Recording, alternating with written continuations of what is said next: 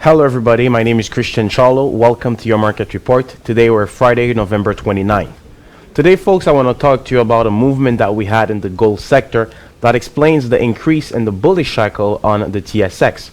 But this bullish cycle, it's the first bullish cycle though, we still are not able yet to break that 13,500 resistance that is really important, and we think that the break of that resistance will be led by the financial sector because a lot of banks are publishing their earnings next week.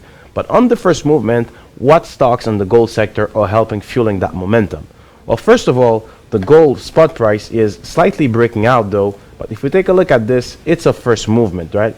And it's lacking momentum. So because of that, we think that you have to definitely be picky in the type of stocks that you choose as a buy, or you can be maybe more patient and wait for a second movement. Let's say we can have a stabilization phase around here, and in another movement, you could get in on gold stocks. Same thing also on the gold sector.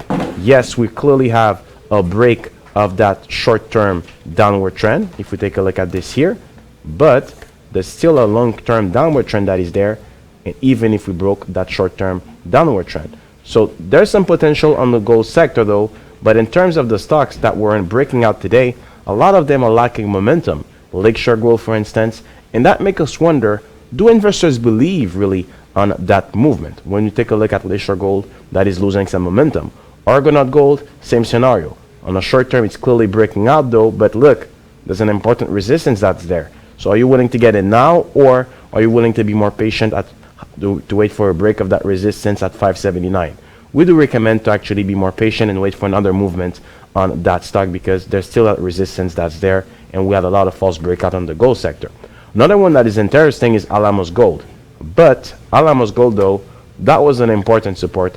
We actually broke it down, and this support here might be easily broke down. So if you're getting in that movement, it's important to put your stop loss at 1287 on Alamos Gold. The best that we find is Yamana Gold because it's clearly reversing its important downward trend, and unlike Alamos Gold, there's an important support here that has been tested many times at $9. It seems like investors are reluctant to let the stock goes below that. So you could get in Yamana Gold, but put your stop loss at $9. What we recommend is to wait for a second movement because the first movement will stop at $10. So it's about 5 to 6% potential on that stock. So if at $10 we can stabilize and have a clear break of that 10 resistance, okay, I'll give it a shot on Yamana Gold. But put your stop loss. It's important. On the silver sector, there's MAG Silver, which is clearly breaking out. But why we have not put it among our analyst choice on marketgurus.tv that you can have access for free is that even if it broke, it reversed that downward trend, the loss potential until that support at 537 is about 15%. So there's a lot of loss potential on MAG Silver if this breakout doesn't perform. So what I would suggest is to put a trailing stop loss of 7% or so, another stop loss at 570, and get totally rid of your positions at 530 on the break of that important support that has been tested many times.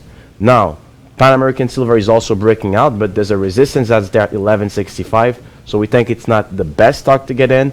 I'd rather we recommend to be patient and wait for a stabilization phase here and wait for a clear break of that 1167 resistance. Now, in terms of the sector to be watched is the financial sector. Next week, a lot of banks will publish their earnings, and if ever they post good earnings, we might see a clear bullish cycle in the financial sector. So stocks you should watch are Bank of Montreal, higher than 74.38, TD, higher than 98.17, Bank of Nova Scotia, higher than $66. I'm a buyer on that bank. So if we take a look at this, folks, among the gold sector, a lot of stocks are losing momentum. Yamana Gold is the best, but put your stop loss. MAG Silver is the best in the silver sector, but you have to put a trailing stop loss and your two stop loss, as I mentioned earlier. And the financial sector, those are the stocks that should be watched if ever they post strong earnings and they actually increase their dividend. So that's it, folks. See you next week for your market report. MarketGurus.tv, you can always have access to that for free for 10 days just by clicking at the link below. And this is actually a site where you could actually learn the strategies to make money, because the more money you make, the happier we are. See you next week, folks.